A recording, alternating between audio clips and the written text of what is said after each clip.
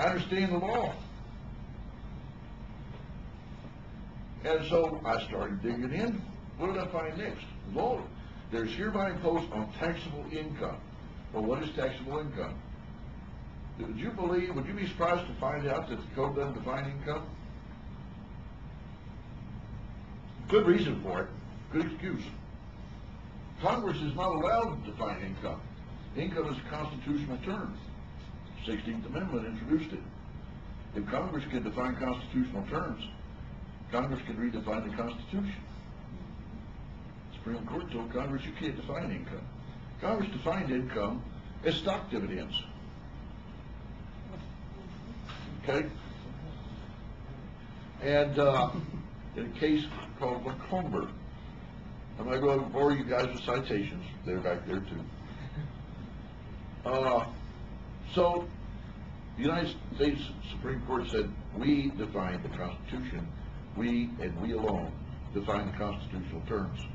And they said that income is the profit or gain derived from an exchange of capital, or a transfer of capital. Now, where's your capital in a transaction if you're working for a living? What is that capital? Your labor? Time out of your life? Is it depleting your life? Is it property?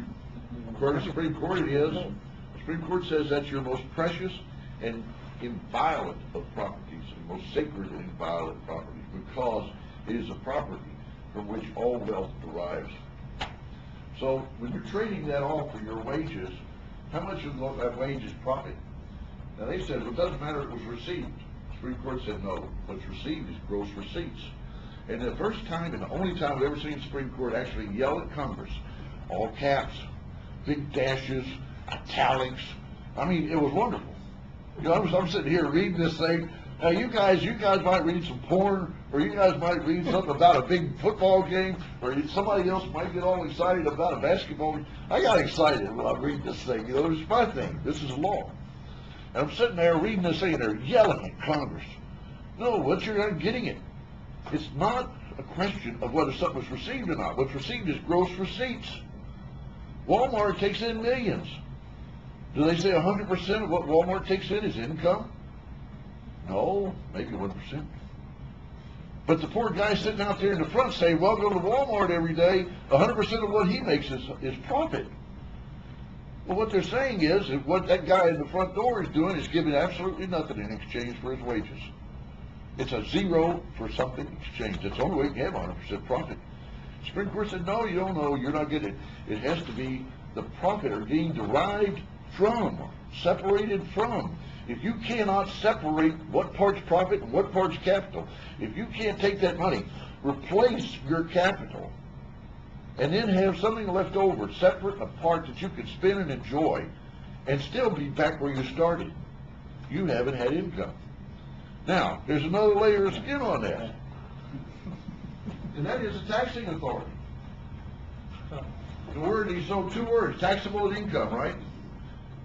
It's not income. You gotta learn what income is. Just like insanity doesn't mean crazy, and crazy doesn't mean insane. If somebody's crazy or they're mentally ill, that's a medical situation. Insanity is purely a legal definition. And believe me, insanity is not the same thing here as it is over in Texas. It's not the same thing it is out in Missouri. Insanity is different in different places. Mental illness is the same.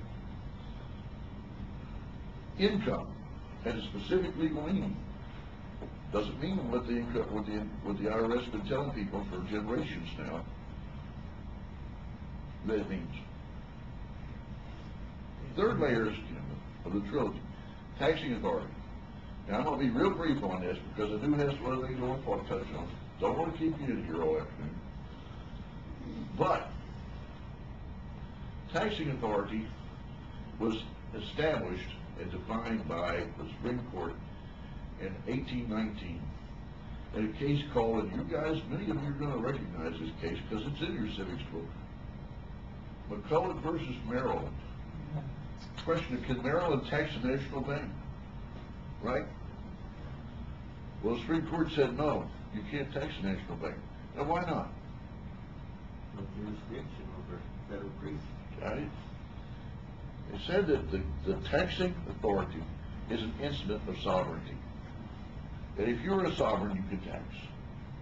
But you can only tax so far as your sovereignty goes. They said that the taxing authority and sovereignty are coextensive. If it is beyond that sovereignty, it is beyond the taxing authority. And you know what word the Supreme Court uses for that? Exempt. Exempt. Now, how many of you know you have freedom of speech in this country? Show of hands. How many of you know you have freedom of worship if you choose? Show of hands. How many of you know that you have a God-given fundamental right, constitutionally protected right, just as much as you have a right to free speech, to earn a living through your chosen occupation? How many of you know that that's your fundamental, not constitutional, not legal right? There's one in here.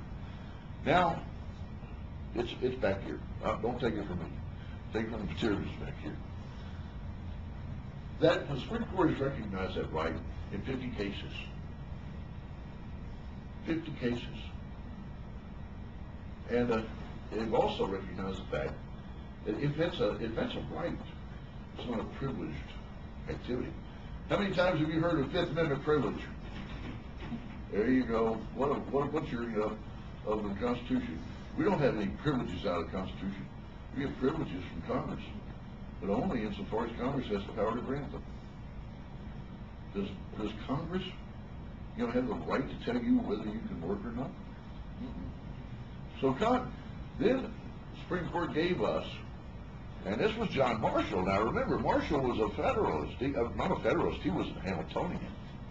He was a monarchist, okay? He was for a strong central government. As a matter of fact, he's the one that broke the dam with this very case. He gave us a test to determine whether or not you are inside the taxing authority or you're outside the taxing authority. Now, I'm not going to ask you, each of you, whether you're inside or outside, but I'm going to give you the test and you answer yourself. He says, if the activity, if the subject of the tax exists because the federal government says so, or is introduced by the federal government's permission. And this applies to any government, federal or state. Does your labor, does your life, does your time exist because the government gave it to you?